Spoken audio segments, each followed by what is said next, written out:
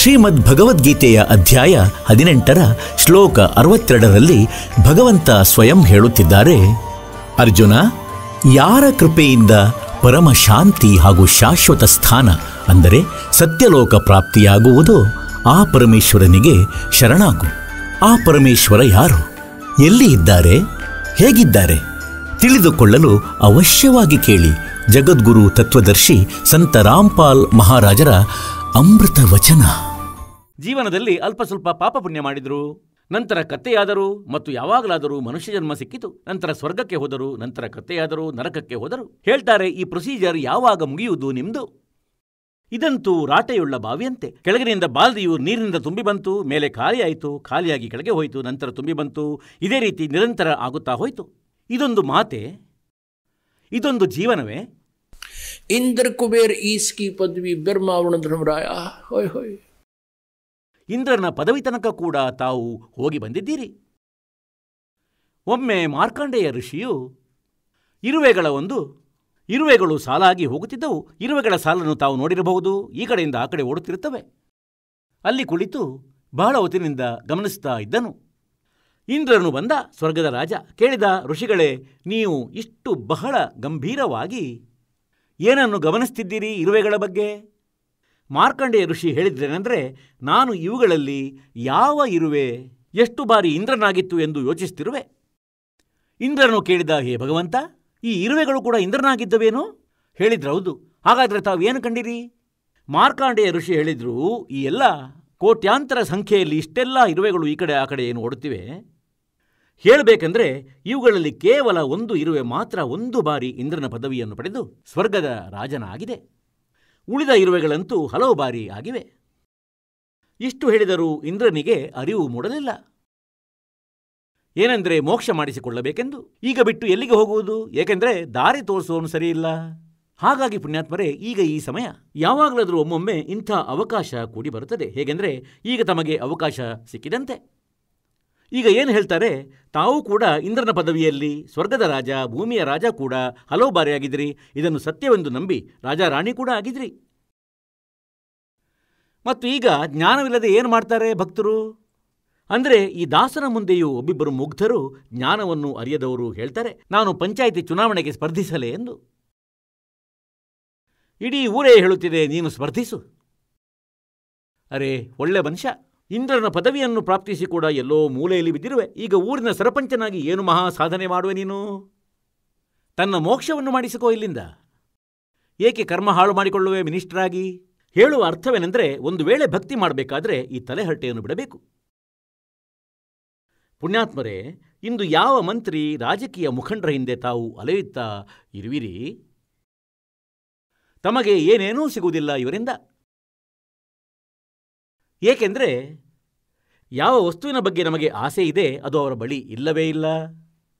ಒಂದೊಮ್ಮೆ ನಿಮಗೆ, ನಿಮ್ಮ ಮಗನಿಗೆ ಯಾವುದಾದ್ರೂ ಕೆಲಸ ಸಿಗಬೇಕಾದ್ರೆ ಅದನ್ನು ಭಗವಂತನೇ ನೀಡುತ್ತಾನೆ. ಈ ಜೀವಿಯ ಔಷಧ ಮಾತಲ್ಲ, ಯಾರನ್ನು ಬೇಕಾದರೂ ಸೇರಿಸುವುದು, ತೆಗೆಯುವುದು. ಒಬ್ಬ ರೈತ ಇದ್ದ. ಮತ್ತೊಬ್ಬ ರಾಜನು ಯಾವುದೋ ಕಾರಣದಿಂದ ದಾರಿ ತಪ್ಪಿ ಕಾಡಿನಲ್ಲಿ ಹೊರಟು ಹೋದನು. ಬಾಯಾರಿತ್ತು, ಹಸಿವಿತ್ತು. ರೈತನ ಹೊಲದ ಬಳಿ ಬಂದು ನಿಂತುಕೊಂಡನು. ಏನೋ ತಿಂಡಿ ಇತ್ತು, ಅದನ್ನು ಉಣಿಸಿ ಕೇಳಿದ, ನೀನ್ಯಾರು ಸಹೋದರ? ಊಟ ಮಾಡಿದ ನಂತರ ಅವನು ಹೇಳಿದನು, ನಾನು ಈ ರಾಜ್ಯದ ರಾಜನಾಗಿರುವೆ. ಮತ್ತು ಸೋದರ, ನಿನಗೇನಾದರೂ ಬೇಕಾದರೆ ನನ್ನ ಬಳಿ ಬರುವೆಯಂತೆ. ರಾಜ ಧಾರ್ಮಿಕತೆ ಉಳ್ಳವನಾಗಿದ್ದ. ರಾಜ ರೈತನ ಅತಿಥಿ ಸತ್ಕಾರದಿಂದ ಪ್ರಸನ್ನನಾಗಿ ಒಂದು ಕಾಗದದ ಮೇಲೆ ಒಂದು ಸರ್ಟಿಫಿಕೇಟ್ ಥರ ಕೊಟ್ಟನು. ನಿನ್ನನ್ನು ಯಾರೂ ತಡೆಯಲಾರರು, ಯಾವಾಗ ಬೇಕಾದರೂ ಬಾ. ಸ್ವಲ್ಪ ದಿನಗಳ ಬಳಿಕ ರೈತ ಯೋಚಿಸಿದ, ನಡೆ ರಾಜನ ಬಳಿ ಬೇಡಿ ಏನಾದರೂ ತರೋಣ. ಆಗ ಅವನು ನೇರವಾಗಿ ಬಂದನು. ಆದರೆ ಅಲ್ಲಿ ಅವನು ನೋಡಿದ ರಾಜ ಪ್ರಾರ್ಥನೆಯನ್ನು ಮಾಡುತ್ತಿದ್ದ. ಹೀಗೆ ಭಗವಂತನ ಸ್ತುತಿಯನ್ನು ಮಾಡುತ್ತಿದ್ದನು, ಏನೋ ಡಿಮಾಂಡನ್ನು ಮಾಡುತ್ತಿದ್ದನು ಅವನು. ಆಗ ಅವನು ಸಿಪಾಯಿಗಳಲ್ಲಿ ಕೇಳಿದನು, ಏನೆಂದರೆ, ಸೋದರ, ರಾಜನು ಇದೇನು ಮಾಡುತ್ತಿದ್ದಾನೆ? ಹೇಳಿದ್ರು, ಭಗವಂತನಲ್ಲಿ ಪ್ರಾರ್ಥಿಸುತ್ತಿದ್ದಾನೆ, ತನಗೆ ಹೆಚ್ಚಿನ ಹಣ ಕೊಡು ಎಂದು, ಮತ್ತು ತನ್ನ ರಾಜ್ಯದಲ್ಲಿ ಸುಖ ಶಾಂತಿ ನೆಲೆಸಲಿ ಎಂದು. ಆಗ ಯೋಚಿಸಿದ, ಅರೆ, ನಾನಂತೂ ಭಿಕ್ಷುಕನ ಬಳಿ ಬಂದುಬಿಟ್ಟೆ. ತಕ್ಷಣ ಹಿಂದಿರುಗಿದ. ಅವನಂತೆ ನಾನೂ ಕೂಡ ಬೇಡಿಕೊಳ್ಳಬಹುದಲ್ಲ? ಇದನ್ನು ಸತ್ಯವೆಂದು ತಿಳಿಯಬೇಕು ನೀವು. ಇದು ಬರೀ ಕತೆ, ಕಾದಂಬರಿ, ಹಾಸ್ಯದ ಮಾತಲ್ಲ. ಆದರೆ ಅವನು ಯಾರಲ್ಲಿ ಬೇಡುವುದು? ಏಕೆಂದರೆ ಅವನ ಬಳಿ ಕೇಳುವಂತಹ ಸಾಧನವೇ ಇರಲಿಲ್ಲ. ಅವನ ಮಾತಂತೂ ಸರಿಯೇ ಆಗಿದೆ. ಈಗ ರಾಜನಿಗೂ ಕೂಡ ಅಷ್ಟೇ ಸಿಗುತ್ತದೆ ಅವನ ಭಾಗ್ಯದಲ್ಲಿ ಇದ್ದಷ್ಟು. ಮತ್ತು ಯಾವಾಗ ನಾವು ಸದ್ಗುರುವಿಗೆ ಶರಣಾಗುತ್ತೇವೋ, ಒಂದು ವೇಳೆ ನಿಮ್ಮ ಭಾಗ್ಯದಲ್ಲಿ ಇಲ್ಲದಿದ್ದರೂ ಮತ್ತು ನಿಮಗೆ ಅವಶ್ಯಕತೆ ಇದ್ದರೆ ಅದನ್ನು ಮಾಲೀಕನು ನಿಮಗೆ ಅವಶ್ಯವಾಗಿ ನೀಡುವನು ತನ್ನ ಖಜಾನೆಯಿಂದ. ಈಗ ಏನು ಹೇಳ್ತಾರೆ? इंद्र कुबेर ईस की पदवी ब्रह्मा वण धर्मराया, विश्वनाथ के पुर को जाके तो फिर भी उल्टा आया। असंग जन्म तन मर्त्या हो गे, जीवित क्यों न मरे रे, द्वादश मधुमल मठ बोरे बहुर न दे धरे रे. ಅಸಂಖ್ಯ ಜನ್ಮಗಳಾದುವು ನೀನು ಹುಟ್ಟುತ್ತಾ ಸಾಯುತ್ತಾ, ಒಮ್ಮೆಯಾದರೂ ನೀನು ಬದುಕಿದ್ದು ಸತ್ತು ನೋಡು. ಬದುಕಿದ್ದು ಸಾಯುವುದು ಹೇಗೆ? ಒಂದಂತೂ ಬದುಕಿದ್ದು ಸಾಯುವುದೆಂದರೆ ಕೆಟ್ಟದನ ಬಿಡಬೇಕು. ಬೀಡಿ, ಮದ್ಯ, ಮಾಂಸ, ತಂಬಾಕು ಮುಂತಾದವುಗಳನ್ನು ತಿನ್ನುವುದು, ಕುಡಿಯುವುದು ಮನಸ್ಸಿಗೆ ಬಹಳ ಇಷ್ಟವಾಗಿದೆ. ಇದನ್ನು ತ್ಯಜಿಸು. ತನ್ನ ಆಸೆಗಳನ್ನು ನಿಧಾನವಾಗಿ ದಮನಗೊಳಿಸು. ಮತ್ತು ಇನ್ನೊಂದು ಏನೆಂದರೆ, ಈಗ ಸಾಯುವುದು ಅಂದರೆ ನಿಜವಾಗಿ ಉದ್ದೇಶ ಏನೆಂದರೆ, ಈಗ ಒಬ್ಬ ವ್ಯಕ್ತಿಯದ್ದು 2 ಮಕ್ಕಳಿಗೆ ಮದುವೆಯನ್ನು ಮಾಡಿಸಬೇಕಿತ್ತು. ಮಾರುಕಟ್ಟೆಗೆ ಹೋದನು. ಸಾಮಾನುಗಳನ್ನು ತರಲು ಹೋಗಲೇಬೇಕಲ್ಲ. ಮತ್ತು ದುರ್ಘಟನೆಯಲ್ಲಿ ಮರಣವಾಯಿತು. ಇನ್ನು 3 ದಿನದಲ್ಲಿ ಮದುವೆ ಇತ್ತು. ಮತ್ತು ಅವನಿಗೆ 1 ನಿಮಿಷದ ಬಿಡುವು ಕೂಡ ಇರಲಿಲ್ಲ. ಈಗ ಮದುವೆಯನ್ನು ಯಾರು ನಡೆಸಬೇಕು? ಈಗ ನೋಡಿ ಪುಣ್ಯಾತ್ಮರೇ, ಹೇಗೆಂದರೆ ತಮಗೆ ಪರಮಾತ್ಮನು ಬದುಕಿದ್ದೂ ಸಾಯಲು ಏಕೆ ಪ್ರೇರಣೆ ನೀಡುತ್ತಾರೆಂದರೆ, ನಂಬಿಕೊಳ್ಳಿ. ನಿಮ್ಮ ಮನಸ್ಸಿನ ವ್ಯರ್ಥ ಯೋಚನೆ ಅಂದರೆ, ಅಯ್ಯೋ ಅಲ್ಲಿ ಹೋದರೆ ಹಾನಿಯಾಗುತ್ತದೆ, ಹೀಗಾಗುವುದು, ಹಾಗಾಗುವುದು, ಸತ್ಸಂಗಕ್ಕೆ ನಂತರ ಹೋಗೋಣ, ಆ ನಂತರದ ಸಮಯವಂತೂ ಬರೋದೇ ಇಲ್ಲ. आज करे मैं काल करूं, काल करे फिर काल, आज काल के करते तेरा समय जाओगा चाल. ಆಗ ನೀವು ಹೀಗೆ ಯೋಚಿಸಬೇಕು. ಒಂದು ವೇಳೆ ಹೀಗೆ ಅನಿಸಿದರೆ ಸೋದರ, ಈ ಮನಸ್ಸಂತೂ ಹುಚ್ಚು ಕುದುರೆಯಂತೆ ವ್ಯರ್ಥವಾಗಿ ಓಡುತ್ತಿರುತ್ತದೆ. ಆಗ ಹೀಗೆ ಯೋಚಿಸಿ ಆತ್ಮಕ್ಕೆ ಪ್ರೇರಣೆಯನ್ನು ನೀಡಿ, ಅಂದರೆ ಇಂದು ತಿಳಿದುಕೋ ನನ್ನ ಮೃತ್ಯು ಆಯ್ತೆಂದು. ನಂತರ ಏನು ಮಾಡಲು ಸಾಧ್ಯ ಸೋದರ? ಹಾಗಾಗಿ ಬದುಕಿದ್ದು ಸಾಯು. 3 ದಿನಕ್ಕಾಗಿ ಸಾಯು, 2 ದಿನಕ್ಕಾಗಿ ಆದರೂ ಸಾಯು, ಕನಿಷ್ಠ 1 ದಿನಕ್ಕಾಗಿ ಆದರೂ ಸಾಯು. ಹೀಗೆ ಯೋಚಿಸು, ತಾನು ಸತ್ತು ಹೋದೆ ಎಂದು. ಈಗ ಎಲ್ಲವನ್ನು ಬಿಟ್ಟು ಹೊರಡು. ಈಗ 1 ದಿನದಲ್ಲಿ, 1 ದಿನದಿಂದ ಅಥವಾ 2 ದಿನಗಳಿಂದ ಏನು ನಷ್ಟವಾಗುವುದೋ ಅದನ್ನಂತೂ ಮತ್ತೆ ಹೋಗಿ ಪೂರ್ಣಗೊಳಿಸುವಿರಿ ತಾವು.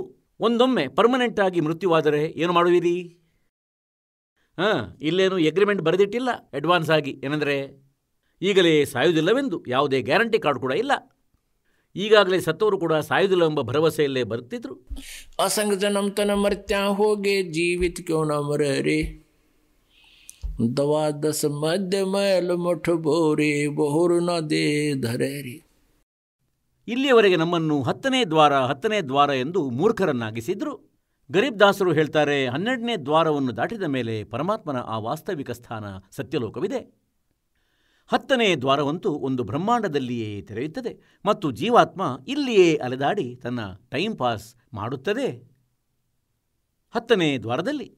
ಮತ್ತು 11ನೇ ದ್ವಾರವೇನಿದೆ ಅದು ಈ ಕಾಲನ 21 ಬ್ರಹ್ಮಾಂಡಗಳನ್ನು ದಾಟಿದ ಮೇಲೆ ಪರಬ್ರಹ್ಮನ ಲೋಕದಲ್ಲಿ ಪ್ರವೇಶ ಮಾಡಿಸುತ್ತದೆ.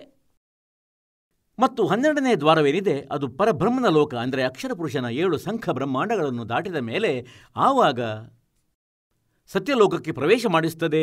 ಭವರ್ ಗುಹೆಯನ್ನು ದಾಟಿದ ಮೇಲೆ ಅದು 12ನೇ ದ್ವಾರವಾಗಿದೆ. ದ್ವಾದಶ असंग जन्म तन मर्त्या हो गे, जीवित क्यों न मरे रे. ದ್ವಾದಶ್ ಅಂದರೆ 12. द्वादश मध्य महल मठ बोरे बहुर न दे धरे रे. ಗೀತೆಯ ಅಧ್ಯಾಯ ಸಂಖ್ಯೆ 15ರ ಶ್ಲೋಕ ಸಂಖ್ಯೆ 1ರಿಂದ 4ರಲ್ಲಿ ಏನು ವರ್ಣನೆ ಮಾಡಲಾಗಿದೆ ಅಂದರೆ, ತತ್ವದರ್ಶಿ ಸಂತನು ಇಡೀ ಪ್ರಪಂಚರೂಪಿ ವೃಕ್ಷದ ಎಲ್ಲ ವಿಭಾಗಗಳ ಬಗ್ಗೆ ಹೇಳುವನು. ಆ ತತ್ವದರ್ಶಿ ಸಂತನಿಂದ ಉಪದೇಶ ಪಡೆದ ನಂತರ ಪರಮೇಶ್ವರನ ಆ ಪರಮ ಪದವಿಯ ಹುಡುಕಾಟ ಮಾಡಬೇಕು. ಅಲ್ಲಿ ಹೋದ ಬಳಿಕ ಮತ್ತೆ ಮರಳಿ ಮನುಷ್ಯ ಎಂದಿಗೂ ಪ್ರಪಂಚಕ್ಕೆ ಬರುವುದಿಲ್ಲ, ಅವನಿಗೆ ಎಂದಿಗೂ ಜನನ ಮರಣವಿರುವುದಿಲ್ಲ. ಅದರದೇ ವಿಷಯದಲ್ಲಿ ಗರೀಬ್ ದಾಸ್ ಸಾಹೇಬರು ಹೇಳುತ್ತಿದ್ದಾರೆ, ಪರಮೇಶ್ವರರಲ್ಲಿ ಪರಿಚಿತನಾದ ನಂತರ ಹೇಳುತ್ತಾರೆ, असंग जन्म तन मर्त्या हो गे, जीवित क्यों न मरे रे, द्वादश मध्य महल मठ बोरे बहुर न दे धरे रे. ಅಲ್ಲಿ ಹೋದ ಬಳಿಕ ನಂತರ ಪುನರ್ಜನ್ಮವಾಗುವುದಿಲ್ಲ. दो जग बहिष्ठ सभी ते देखे राजपाट के रसिया. ನೀವೆಲ್ಲ ಇದೀಗಲೇ ಮಹಾವೀರ ಜನರ ಇತಿಹಾಸ ನೋಡಿದ್ರಿ, ಜೀವನ ಕಥೆ ಕೇಳಿದ್ರಿ. ನರಕಕ್ಕೆ ಹೋದ, ಸ್ವರ್ಗಕ್ಕೆ ಹೋದ, ರಾಜನಾದ, ದೇವತೆಯಾದ, ನಂತರ 60 ಕೋಟಿ ಬಾರಿ ಕತ್ತೆ ಮತ್ತು 30 ಕೋಟಿ ಬಾರಿ ನಾಯಿಯಾದ. ದೋಜಕ್ ಭೀಸ್ಟ್. ದೋಜಖ ಅಂದರೆ ನರಕ ಮತ್ತು ಬಹಿಷ್ತ್ ಅಂದರೆ ಸ್ವರ್ಗ. ದೋಜಕ್ ಭೈಷ್ಟ್ ಸಭಿ ತೈ ದೇಖೆ ರಾಜಪಾಟ್ ಕೆ ರಸಿಯಾ, ತೀನ್ ಲೋಕ್ ಸೇ ತಿರ್ಪತ್ ನಾಹಿ ಯೇ ಮನ್ ಭೋಗಿ ಖಸಿಯಾ. ಈ ಮನಸ್ಸಿಗೆ ಒಂದೊಮ್ಮೆ 3 ಲೋಕಗಳನ್ನು ಕೊಟ್ಟರೂ ಇದಕ್ಕೆ ಸಂತೃಪ್ತಿ ಆಗುವುದಿಲ್ಲ. ಹೇಗೆಂದರೆ ಯಾರೋ ಒಬ್ಬ ಸರಪಂಚನಾಗಿ ಬಿಡುತ್ತಾನೆ, ಆಗ ಯೋಚಿಸ್ತಾನೆ ಚೇರ್ಮನ್ ಆಗುವೆ, ಚೇರ್ಮನ್ ಆದ ಮೇಲೆ ಯೋಚಿಸ್ತಾನೆ MLA ಆಗುವೆ, MLA ಆದ ಮೇಲೆ ಹೇಳ್ತಾನೆ ಮಂತ್ರಿ ಆಗಿದ್ದರೆ ಚೆನ್ನಾಗಿತ್ತು, ಮತ್ತು ಮಂತ್ರಿ ಯೋಚಿಸ್ತಾನೆ ಇಲ್ಲ ಮುಖ್ಯಮಂತ್ರಿಗೆ ಸುಖ ಜಾಸ್ತಿ, ಮುಖ್ಯಮಂತ್ರಿ ಆಗುವೆ, ಮತ್ತು ಮುಖ್ಯಮಂತ್ರಿ ಯೋಚಿಸ್ತಾನೆ ತಾನು ಪ್ರಧಾನಮಂತ್ರಿ ಆಗಬೇಕು ಎಂದು. ಮತ್ತು ಭಗವಂತನ ಭಕ್ತಿಯನ್ನು ಮಾಡದೇನೆ ಗೊತ್ತಿಲ್ಲ ಎಲ್ಲಿ ಕತ್ತೆಯಾಗಿ ತಿರುಗುವನು. ಹೀಗಾಗಿ ಹೇಳ್ತಾರೆ 3 ಲೋಕಗಳನ್ನು ಕೊಟ್ಟರೂ ಕೂಡ ಈ ಪಾಪಿ ಮನಸ್ಸಿಗೆ ಇದಕ್ಕೆ ಸಂತೃಪ್ತಿ ಇಲ್ಲ. ಸತ್ಗುರು ಮೇಲೆ ತೋ ಇಚ್ಛಾ ಮಿಟ್ಟೆ ಪದ ಮೇಲೆ ಪದೇ ಸಮಾನ. ಸದ್ಗುರು ಸಿಕ್ಕಿದರೆ, ಪುಣ್ಯಾತ್ಮರೇ, ಈ ಸದ್ಗುರುವಿನ ಹುಡುಕಾಟ ಯುಗಗಳಿಂದ ಇತ್ತು. ಇಂದು ಪರಮಾತ್ಮನು ಸಹಜವಾಗಿ ತಮಗೆ ಸಿಗುವಂತೆ ಮಾಡಿದ್ದಾನೆ. ಸತ್ಗುರು ಮೇಲೆ ತೋ ಇಚ್ಛಾ ಮಿಟ್ಟೆ ಪದ ಮೇಲೆ ಪದೇ ಸಮಾನ, ಚಲ್ ಅನ್ಸಾ ಉಸ್ ಲೋಕ ಪಠಾವು ಜೋ ಆದಿ ಅಮರ್ ಅಸ್ಥಾನ. ಗೀತೆ ಅಧ್ಯಾಯ ಸಂಖ್ಯೆ 18 ಶ್ಲೋಕ ಸಂಖ್ಯೆ 62ರಲ್ಲಿ ಹೇಳಿದನೆಂದರೆ ಅರ್ಜುನ ಗೀತೆ ಜ್ಞಾನದಾತನು ಹೇಳ್ತಿದ್ದಾನೆ, ನೀನು ಸರ್ವಭಾವದಿಂದ ಆ ಪರಮೇಶ್ವರನಲ್ಲಿ ಶರಣಾಗು, ಅವನ ಕೃಪೆಯಿಂದ ನೀನು ಶಾಶ್ವತಂ ಸ್ಥಾನಂ, ಆ ಸನಾತನ ಪರಮಧಾಮವಾಗಿರುವ ಅಮರ ಲೋಕಕ್ಕೆ ಸೇರುವೆ ಮತ್ತು ಪರಮ ಶಾಂತಿಯು ಅಲ್ಲಿ ದೊರಕುವುದು. ತನ್ನ ಬಗ್ಗೆ ಹೇಳ್ತಾನೆ, ನನ್ನ ಭಕ್ತಿಯನ್ನು ಮಾಡು, ಯುದ್ಧವನ್ನು ಮಾಡು, ಆದರೆ ನನ್ನ ಲೋಕದಲ್ಲಿ ಶಾಂತಿ ಸಿಗಲಾರದು, ಜನ್ಮ ಮೃತ್ಯು ನಿನ್ನದು ಮತ್ತು ನನ್ನದು ಆಗುತ್ತಲಿರುವುದು. ಈ ರಾಟೆಯ ಬಾವಿಯಲ್ಲಿ ನಾವಿಬ್ಬರೂ ಇದೇ ರೀತಿ ಇರುವೆವು, ಆದರೆ ನೀನು ಅವನ ಶರಣದಲ್ಲಿ ಹೋಗಲು ಬಯಸಿದರೆ ನನ್ನ ಎಲ್ಲ ಪೂಜೆಗಳನ್ನು ತ್ಯಜಿಸಿ ನೀನು ಅವನಿಗೆ ಶರಣಾಗು, ನಂತರ ಎಂದಿಗೂ ನಿನ್ನ ಜನ್ಮ ಮೃತ್ಯು ಆಗದು. ಸದ್ಗುರು ಮೇಲೆ ತೋ ಇಚ್ಛಾ ಮಿಟ್ಟೆ ಪದ ಮೇಲೆ ಪದೇ ಸಮಾನ, ಚಲ್ ಹನ್ಸಾ ಉಸ್ ಲೋಕ ಪಠಾವು ಜೋ ಆದಿ ಅಮರ ಅಸ್ಥಾನ. ಅಲ್ಲಿ ಏನು ಸುಖವಿದೆ? ಅಂತೆಯೇ ತಾವು ಈಗ ಋಷಭದೇವನ ಬಗ್ಗೆ ಓದಿದ್ದೀರಿ, ಕೇಳಿದ್ದೀರಿ. ಏನಂದರೆ ಅವರು 1000 ವರ್ಷಗಳ ತನಕ ತಪಸ್ಸು ಮಾಡಿ ಸಾಧನೆಗಳನ್ನು ಮಾಡಿದರು ಮತ್ತು ಕೈವಲ್ಯ ಮೋಕ್ಷವನ್ನು ಪ್ರಾಪ್ತಿಸಿದರು. 4 ಮುಕ್ತಿಗಳನ್ನು, 4 ಪ್ರಕಾರದ ಮೋಕ್ಷಗಳಿವೆ ಇವರದು. ಹೇಳ್ತಾರೆ, ಇವಂತೂ ಈಗ ಈ ಕೈವಲ್ಯ ಜ್ಞಾನದಿಂದ ಏನಾಗುತ್ತದೆ? ಸ್ವರ್ಗವನ್ನು ತಲುಪಿದನು, ಸ್ವರ್ಗದಲ್ಲಿ ತನ್ನ ಪುಣ್ಯ ಸಮಾಪ್ತಿಗೊಳಿಸಿ ಕೆಳಗೆ ಮತ್ತೆ ಭೂಮಿಗೆ ಬಂದನು. ಋಷಭದೇವನ ಬಗ್ಗೆ ಇವರೇ ಈ ಪುಸ್ತಕದಲ್ಲಿ ಬರೆದಿದ್ದಾರೆ. ಈ ಜೈನರು ಏನಂದರೆ ಈ ಋಷಭದೇವನೇ ನಂತರ ಬಾಬಾ ಆದಂ ಆದನು. ಹಾಗಾದರೆ ಇವರ ಮೋಕ್ಷ ಎಲ್ಲಾಯಿತು? ಒಬ್ಬ ಸಹೋದರಿ ಬಂದಿದ್ಲು ಪೂನಾದಿಂದ ಇದೀಗಲೇ. ಅವಳಂದ್ಲು, ಒಬ್ಬ ಜೈನನಿಗೆ ನಾನು ನಿಮ್ಮ ಸಿಡಿಯನ್ನು ತೋರಿಸಿದ್ದೆ. ಒಬ್ಬ ಜೈನನಿಗೆ ಅವನು ಸಿಡಿಯನ್ನು ಮನೆಗೆ ಕೊಂಡೊಯ್ದು ಚೆನ್ನಾಗಿ ನೋಡಿ ವಾಪಸ್ಸು ಕೊಟ್ಟನು. ಈ ಪುಸ್ತಕವು ಅವನ ಬಳಿ ಇತ್ತು, ಆವೋ ಜೈನ್ ಧರ್ಮ ಕೋ ಜಾನೆ ಎಂಬುದು. ಅವನು ಹೇಳತೊಡಗಿದ, ಯಾರು ತೀರ್ಥಂಕರರು ಆಗುತ್ತಾರೋ ನಂತರ ಅವರ ಜನ್ಮವಾಗುವುದಿಲ್ಲ, ತೀರ್ಥಂಕರರದು. ಹಾಗಾಗಿ ಮಹಾವೀರ ಜೈನರು ತೀರ್ಥಂಕರರಾದ ಕಾರಣ ಅವರಿಗೆ ಮತ್ತೆ ಜನ್ಮವಾಗಲಿಲ್ಲ. ಅರೆ, ಒಳ್ಳೆ ಮನುಷ್ಯ. ಆ ಋಷಭದೇವನಂತೂ ಆ ಪ್ರಥಮ ತೀರ್ಥಂಕರನಾಗಿದ್ದ ಮತ್ತು ಜೈನ ಧರ್ಮದ ಪ್ರವರ್ತಕನಾಗಿದ್ದ. ನಂತರ ಜನ್ಮ ತಳೆದು ಬಾಬಾ ಆದಮಾದವನು. ಈಗ ತೋರಿಸ್ತೇವೆ ತಮಗೆ. ಆಗ ಆ ಸಹೋದರಿ, ಆ ಮಗಳು ಹೇಳಿದಳು, ಮಹಾರಾಜರೇ, ನಾವಂತೂ ವಿಚಲಿತರಾದೆವು. ಏನಂದರೆ ತೀರ್ಥಂಕರರಾದರೆ ಮತ್ತೆ ಜನ್ಮವಾಗುವುದಿಲ್ಲವೆಂದು ಕೇಳಿ. ನಾನಂದೆ, ಮಗಳೇ, ಈಗ ನಿಮಗೆ ಅಷ್ಟು ಜ್ಞಾನವಂತೂ ಇಲ್ಲ, ಆದ್ದರಿಂದ ಈ ಕಾಲನ ದೂತರು ಪ್ರಭಾವಿತಗೊಳಿಸುತ್ತಾರೆ. ಆ ಮಾತನ್ನು ಬಿಟ್ಬಿಡು. ಅವನೊಪ್ಪದಿದ್ದರೆ ಅದು ಅವನ ಮೂರ್ಖತನ. ಮತ್ತು ಋಷಭದೇವನು ಬಾಬಾ ಆದಮ್ನ ರೂಪದಲ್ಲಿ ಜನ್ಮ ಪಡೆದನು, ಪುನರ್ಜನ್ಮವಾಗಿದೆ, ಅಂದರೆ ತೀರ್ಥಂಕರನ ಜನ್ಮವಾಯಿತು. ಇಲ್ಲಿ ನೋಡಿ, ಅವರದೇ ಪುಸ್ತಕದಲ್ಲಿ ತೋರಿಸ್ತೇವೆ. ಆವೋ ಜೈನ್ ಧರ್ಮ ಕೋ ಜಾನೆ. ಈ ಪುಸ್ತಕದಲ್ಲಿ ಇವರೇ ಬರೆದಿಟ್ಟಿದ್ದಾರೆ. ಏನಂದರೆ ಬಾಬಾ ಆದಮ್ರನ್ನೇ ಇಡೀ ಮುಸಲ್ಮಾನ ಧರ್ಮದ ಮತ್ತು ಇಸಾಯಿ ಧರ್ಮದ ಅನುಯಾಯಿಗಳು ಇವರನ್ನೇ ತಮ್ಮ ಪೂರ್ವಜರೆಂದು ನಂಬುತ್ತಾರೆ. ಇದು ಅದೇ ಆಗಿದೆ. ಆವೋ ಜೈನ್ ಧರ್ಮ ಕೋ ಜಾನೆ. ಇದು ಆವೋ ಜೈನ್ ಧರ್ಮ ಕೋ ಜಾನೆ.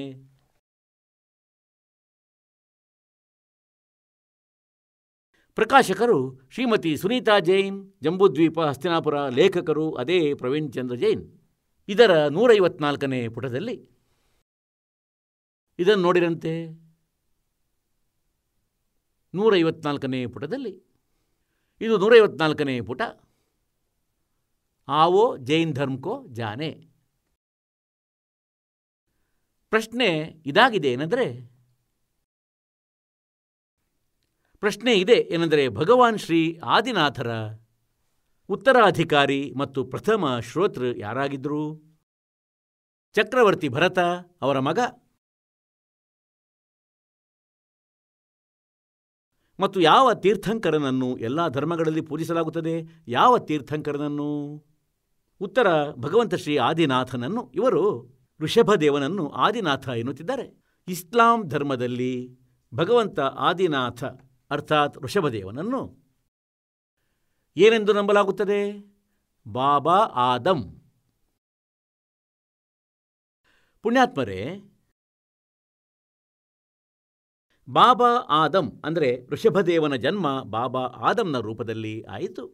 ಒಂದೊಮ್ಮೆ ಇವರು ತೀರ್ಥಂಕರರಿಗೆ ಪುನಃ ಜನ್ಮವಿರುವುದಿಲ್ಲ ಎಂದು ಹೇಳಿದರೆ ಇದಕ್ಕೆ ಬೇರೇನು ಹೇಳುವುದು? ಇದಂತೂ ಅದೇ ಮಾತಾಯಿತು. ಏನಂದರೆ ಚಾತುರ್ ಪ್ರಾಣಿ ಚೋರ್ है मूड मुगद है ठोठ है ये संता के निकाम के उन्न देगल जोट. ಹೀಗೆ ಕೈವಲ್ಯ ಮೋಕ್ಷವನ್ನು ಪಡೆದು ಮತ್ತೂ ಜನ್ಮ ಮರಣದಲ್ಲಿ ಅವರು ಈಗ ಏನು ಹೇಳ್ತಾರೆ? सतगुरु मिले तो इच्छा मेटे पद मिल पदे समान चल हंसा उस लोक पठाऊं जो आदि अमर अस्थान. चार मुक्ति जहाँ चंपी करती माया होरी दासी दास गरीब अभय पद पर से वो मिले राम अविनाशी. बोलो सतगुरुदेव. सतगुरुदेव की जय. बंदी छोड़ कबीर परमेश्वर जी की जय. बंदी छोड़ गरीबदास जी महाराज जी की जय. स्वामी रामदेवानंद जी गुरु महाराज जी की जय.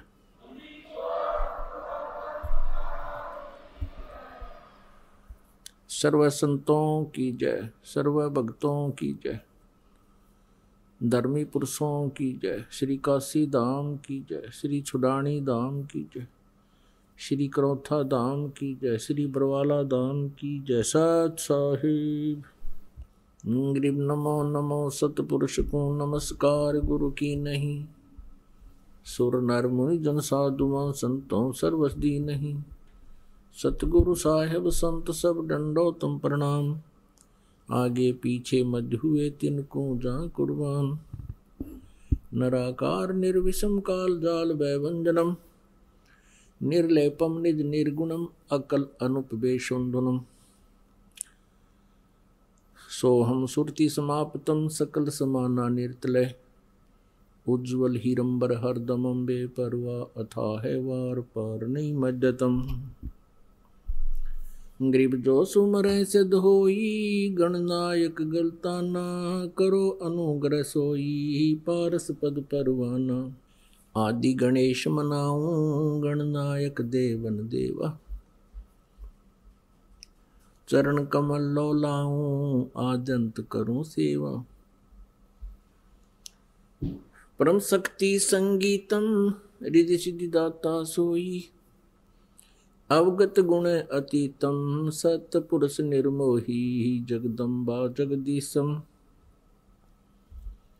मंगल रूप मुरारी. तन मन अर्पुं शीशम भक्ति मुक्ति भंडारी. सुर नर मुनि जन ध्यावे ब्रह्मा विष्णु महेशा. शेष शेष मुख गावे पूज्य आदि गणेशा. इंद्र कुबेर सरीखा वरुण धर्म राय ध्यावे. समर्थ जीवन जी का मन इच्छा फल पावे. 33 कोटि अधारा ध्यावे शेष 88. उतरे भव जल पारा कट है यम की फांसी. 33 कोटि अधारा ध्यावे शेष 88. उतरे भव जल पारा कट है यम की फांसी. कर जोरूं विनती करूं धरूं चरण पर शीस. गुरु जी राम देवानंद जी महाराज ने दियो नाम बख्शीश. कोटि कोटि सिजदा करूं कोटि कोटि प्रणाम. चरण कमल में राखियो मैं बंदी जाम गुलाम। कुत्ता हूँ गुरुदेव का, रामपाल दास का नाम। गले प्रेम की जेवड़ी, जहाँ खेचो वहाँ जाऊं। तो करो तो बावड़ू, दूर दूर करो तो जाऊं। जो राखो तो ही रहूं, जो देवो सो खाऊं।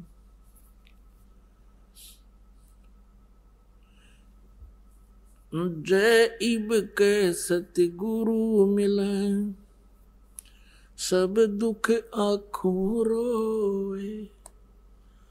चरणों ऊपर शीस धरूं, कहूँ जो कहनी हो। कबीर साईं मिलेंगे, पूछेंगे कुशलात। आदि अंत की सब कहूँ, अपने दिल की बात। गुरु जी तुम ना भूलियो, चाहे लाख लोग मिल जाएं। हमसे तुमको बहुत हैं, तुम जैसे हमको नहीं। तुमरे विसारे क्या बने, मैं किसकी शरण में जाऊं। शिव बिरंच मुनि नारदा, तिनके हृदय ना समाऊं। आवे गुण किए तो बहुत किए, अवगुण किए तो बहुत किए। करत न मनी हरि, बावे बंदा बख्श दियो। बावे गर्दन उतारो, अवगुण मेरे बाप जी, बख्शो गरीब नवाज। जो मैं पूत कपूत हूँ, बोर पिता को लाज। मैं अपराधी जन्म का, नख से बरे विकार। तुम दाता दुख भंजना, मेरी करो संभार। सूरत करो मम साइया, हम हैं भव जल माही। आप ही बह जाएंगे, जो तुम न पकड़ोगे बाँह। हे बंदी छोड़ दयाल जी, तुम तक हमारी दौड़े। जैसे कागज जहाज का, सूजत और न ठोरे।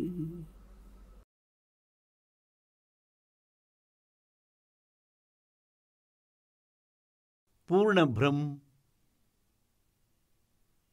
ಪರಮಾಕ್ಷರ ಬ್ರಹ್ಮ, ಸರ್ವ ಸೃಷ್ಟಿ ರಚನಾಕಾರ ಕಬೀರ ದೇವರು ಆತ್ಮಗಳಾದ ನಮ್ಮೆಲ್ಲರ ಜನಕರು.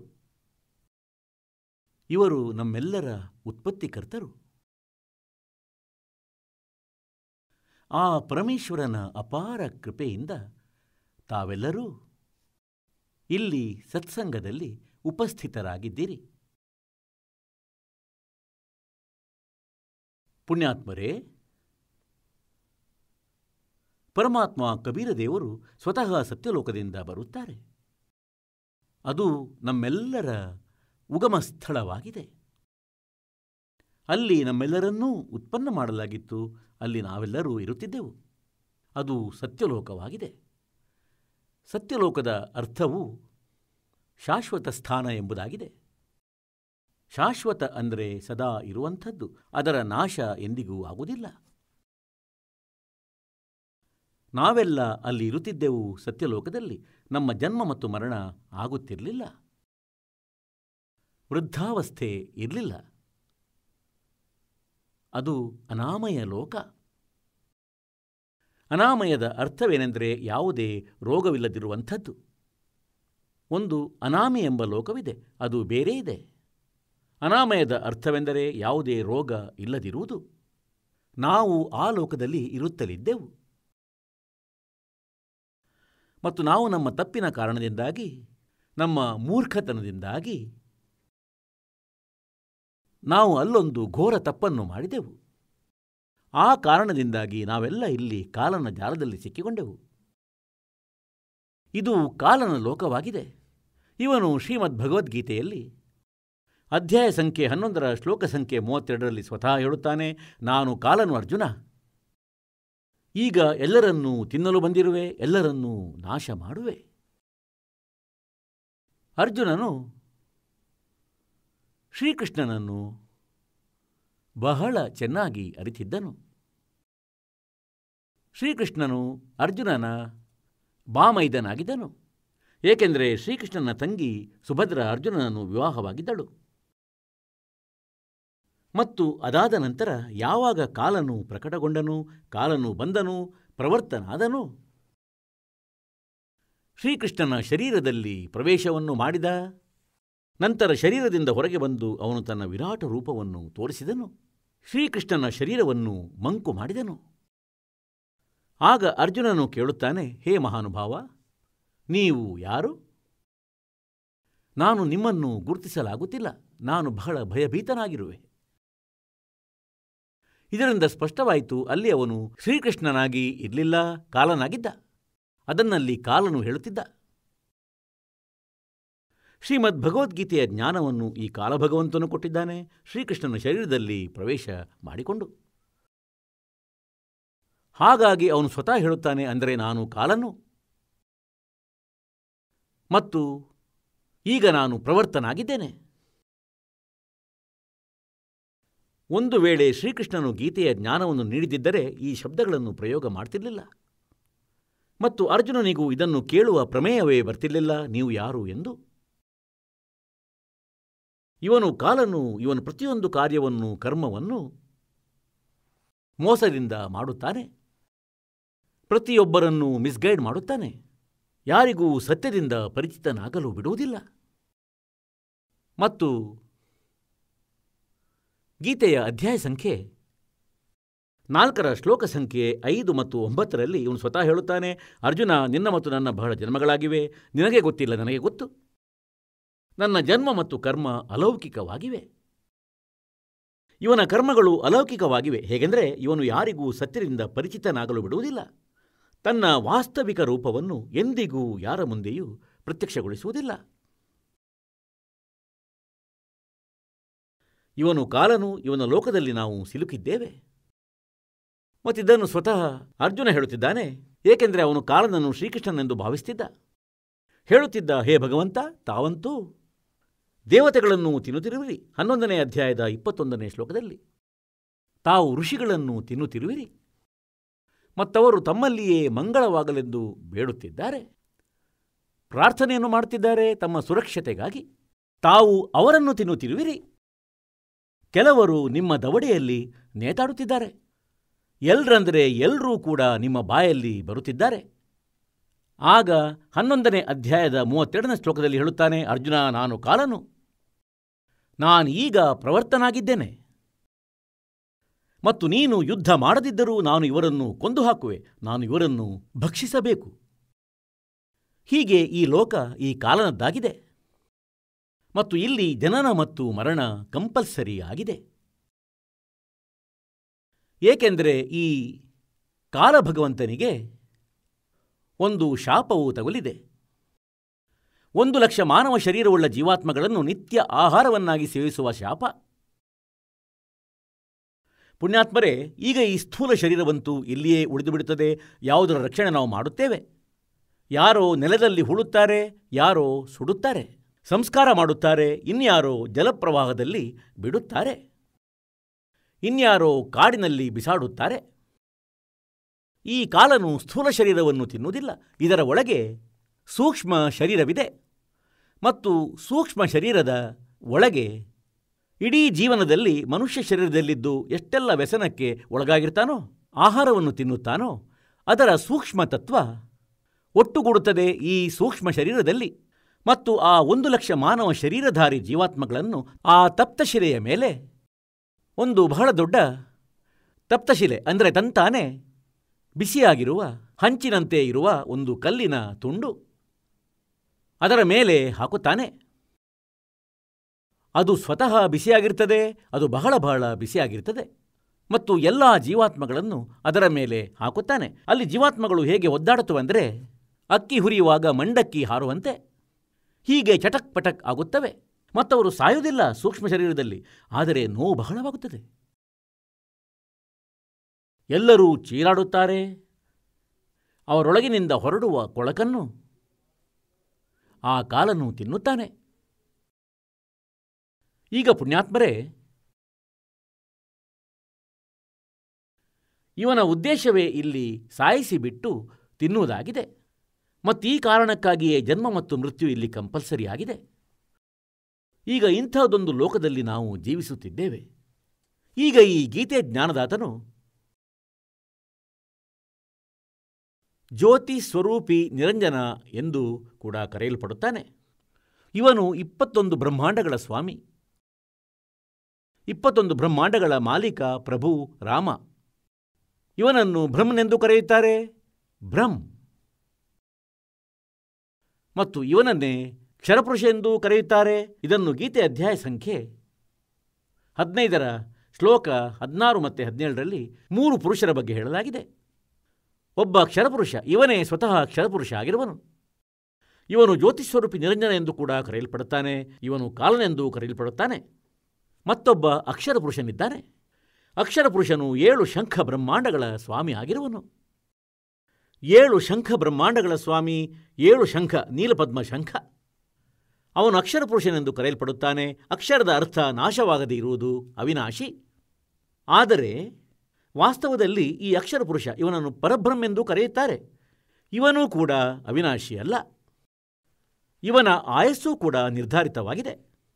ಇದಕ್ಕಾಗಿಯೇ ಗೀತೆ ಅಧ್ಯಾಯ 15ರ ಶ್ಲೋಕ ಸಂಖ್ಯೆ 17ರಲ್ಲಿ ಹೇಳಿದೆ, ಅಂದರೆ ಉತ್ತಮ ಪುರುಷತು ಅನ್ಯಃ ಪರಮಾತ್ಮ ಇತಿ ಉದಾರುತಃ ಯಃ ಲೋಕತ್ರಯಂ ಆವಿಶ್ಯ ವಿಭರ್ತಿ ಅವ್ಯಃ ಈಶ್ವರಃ. ಉತ್ತಮ ಪುರುಷ. ಅಂತೆಯೇ ಗೀತೆ ಅಧ್ಯಾಯ 15ರ ಶ್ಲೋಕ 16ರಲ್ಲಿ 2 ಪುರುಷರ ಬಗ್ಗೆ ಹೇಳಲಾಗಿದೆ, ಕ್ಷರಪುರುಷ ಮತ್ತು ಅಕ್ಷರಪುರುಷ. ಮತ್ತು ಜೊತೆಯಲ್ಲಿ ನಿರ್ಣಯ ನೀಡಲಾಗಿದೆ ಏನೆಂದರೆ, ಇವರು ಮತ್ತು ಇವರ ಅಧೀನದಲ್ಲಿ ಎಷ್ಟು ಜೀವಿಗಳಿವೆಯೋ ಅವೆಲ್ಲ ನಾಶ ಹೊಂದುವವರು ಮತ್ತು ಜೀವಾತ್ಮ ಯಾರದ್ದು ಸಾಯುವುದಿಲ್ಲ, ಅದು ಅಮರವಾಗಿದೆ. ಆದ್ದರಿಂದ 15ನೇ ಅಧ್ಯಾಯದ 17ನೇ ಶ್ಲೋಕದಲ್ಲಿ ತಕ್ಷಣವೇ ಹೇಳಿದ್ದಾನೆ, ಉತ್ತಮ ಪುರುಷಗತು ಅನ್ಯಃ, ಅಂದರೆ ಪುರುಷೋತ್ತಮ. ಪುರುಷ ಉತ್ತಮ, ಉತ್ತಮ ಪುರುಷ. ಉತ್ತಮ ಅಂದರೆ ಶ್ರೇಷ್ಠ, ಪುರುಷ ಅಂದರೆ ಪ್ರಭು, ಅಂದರೆ ಒಳ್ಳೆಯ ಭಗವಂತ. ಇದರ ಅರ್ಥ ಏನೆಂದರೆ ಇವರಿಬ್ಬರೂ ಒಳ್ಳೆಯವರಲ್ಲ, ಕ್ಷರಪುರುಷ ಮತ್ತು ಅಕ್ಷರಪುರುಷ ಕೂಡ. ಆದ್ದರಿಂದ ಉತ್ತಮ ಪುರುಷನನ್ನು ಅನ್ಯನೆಂದು ಹೇಳಲಾಗಿದೆ ಮತ್ತು ಅವನನ್ನೇ ಪರಮಾತ್ಮ ಎನ್ನಲಾಗುತ್ತದೆ. ಮತ್ತು ಅವನೇ 3 ಲೋಕಗಳಲ್ಲಿ ಪ್ರವೇಶ ಮಾಡಿ ಎಲ್ಲರ ಪಾಲನೆ ಪೋಷಣೆ ಮಾಡುತ್ತಾನೆ. ಅವನಾಗಿದ್ದಾನೆ ವಾಸ್ತವವಾಗಿ ಅವಿನಾಶಿ ಪರಮಾತ್ಮ. ಈಗ ಇಲ್ಲಿ ಭ್ರಮಿತ ಸಂತ ಋಷಿ ಗುರುಗಳು ನಿಮ್ಮನ್ನು ಭ್ರಮಿತಗೊಳಿಸಬಹುದು. 15ನೇ ಅಧ್ಯಾಯದ 18ನೇ ಶ್ಲೋಕದಲ್ಲಿ ಗೀತೆಯಲ್ಲಿ ಈ ಕ್ಷರಪುರುಷ ಗೀತೆ ಜ್ಞಾನದಾತ ಹೇಳುತ್ತಾನೆ ಏನೆಂದರೆ, ನಾನು ಲೋಕವೇದದ ಆಧಾರದಿಂದ ಪುರುಷೋತ್ತಮನೆಂದು ಪ್ರಸಿದ್ಧನು.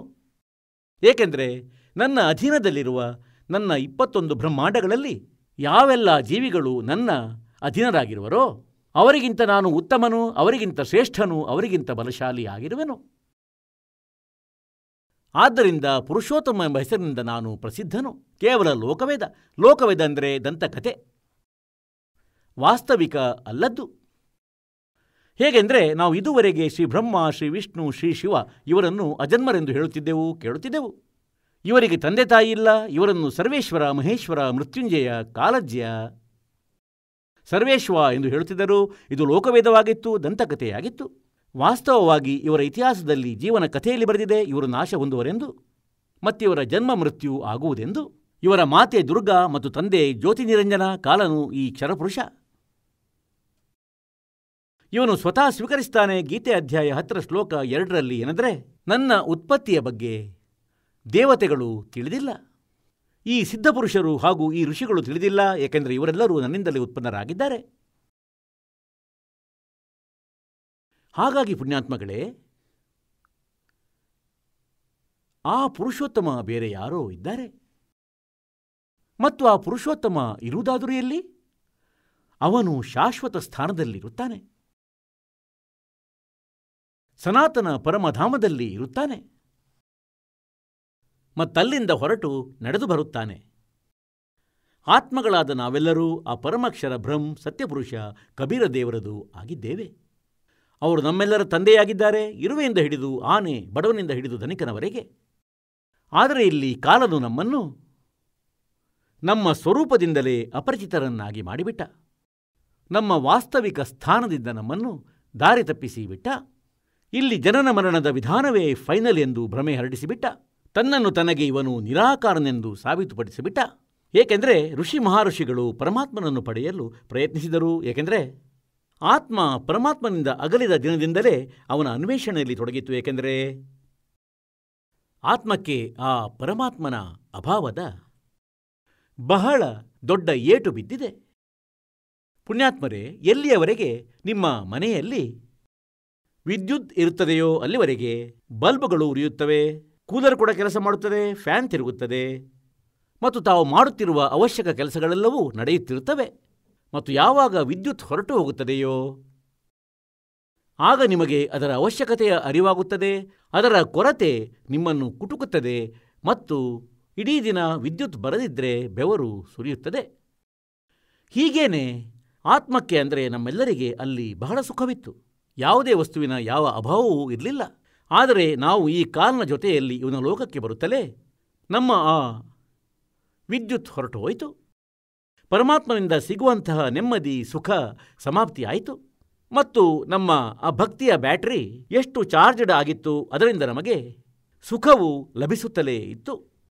ನಾವು ಸುಖಿಯೆಂದು ನಂಬಿದೆವು. ಮತ್ತು ಯಾವಾಗ ನಮ್ಮ ಭಕ್ತಿಯ ಬ್ಯಾಟರಿ ಡಿಸ್ಚಾರ್ಜ್ ಆಯಿತೋ ಆಗ ನಮ್ಮನ್ನು ಕತ್ತೆ, ನಾಯಿ, ಹಂದಿಯನ್ನಾಗಿ ಮಾಡಲಾಯಿತು ಈ ಕಾಲನ ಲೋಕದಲ್ಲಿ, ಈ ಕಾಲನ ಮೂಲಕ.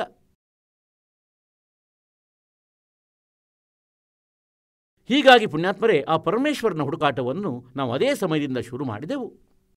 ಏಕೆಂದರೆ ಎಲ್ಲಕ್ಕಿಂತ ಮೊದಲು ನಮ್ಮೆಲ್ಲರನ್ನೂ ಈ ಕಾಲನು ತನ್ನ ಕೃತಕ ಸ್ವರ್ಗಲೋಕದಲ್ಲಿ ಇಟ್ಟನು.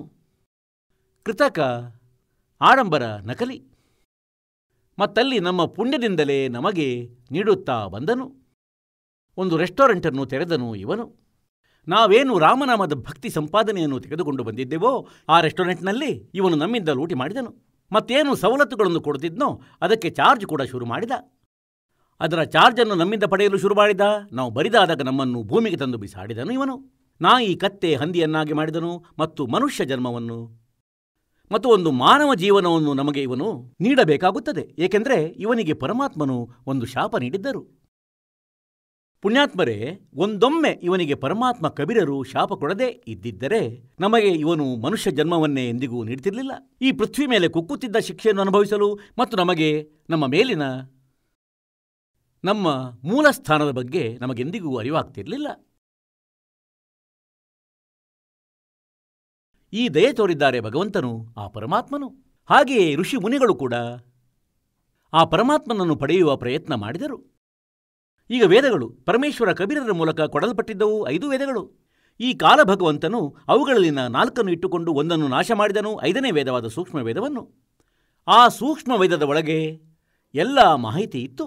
ಅಂದರೆ ನಾವು ಯಾರು, ಎಲ್ಲಿಂದ ಬಂದಿದ್ದೆವು, ನಾವು ಇಲ್ಲಿ ಹೇಗೆ ಸಿಲುಕಿದ್ದೇವೆ, ಮತ್ತು ಮರಳಿ ಸ್ವಲೋಕಕ್ಕೆ ಹೋಗಲು ಅಂದರೆ ನಮ್ಮ ಸತ್ಯಲೋಕಕ್ಕೆ ಹೋಗಲು ಯಾವ ಮಾರ್ಗವಿದೆ, ಯಾವ ವಿಧಾನವಿದೆ, ವೇ ಆಫ್ ವರ್ಷಿಪ್ ಯಾವುದಾಗಿದೆ, ಪೂಜೆಯ ವಿಧಿ ಏನಿದೆ, ಅದರಲ್ಲಿ ಪೂರ್ತಿ ಡೀಟೇಲ್ ಆಗಿ ಬರೆದಿದೆ. ಅಂತೆಯೇ ಗೀತೆ ಅಧ್ಯಾಯ ಸಂಖ್ಯೆ 4 ಶ್ಲೋಕ ಸಂಖ್ಯೆ 32ರಲ್ಲಿ ಗೀತೆ ಜ್ಞಾನದಾತನು ಹೇಳುತ್ತಾನೆ, ಯಾವ ಜ್ಞಾನವನ್ನು ನೀವು ಕೇಳಿದ್ದೀರೋ ಅಧ್ಯಾಯ 4 25ರಿಂದ 31ರವರೆಗೆ, ಅಂದರೆ ಯಾರೋ ಏನೋ ಸಾಧನೆ ಮಾಡ್ತಾರೆ, ಯಾರೋ ದೇವತೆಗಳನ್ನು ಪೂಜಿಸ್ತಾರೆ, ಯಾರೋ ಕೇವಲ ಯೋಗಾಭ್ಯಾಸ ಮಾಡ್ತಾರೆ, ಯಾರೋ ಸ್ವ ಅಧ್ಯಾಯ ಮಾಡ್ತಾರೆ, ಯಾರೋ ಅಹಿಂಸೆಯ ಕಠಿಣ ವ್ರತವನ್ನು ಮಾಡ್ತಾರೆ, ಮುಖಕ್ಕೆ ಪಟ್ಟಿ ಕಟ್ಟಿಕೊಂಡು ಬರಿಗಾಲಿನಲ್ಲಿ ತಿರುಗುತ್ತಾರೆ.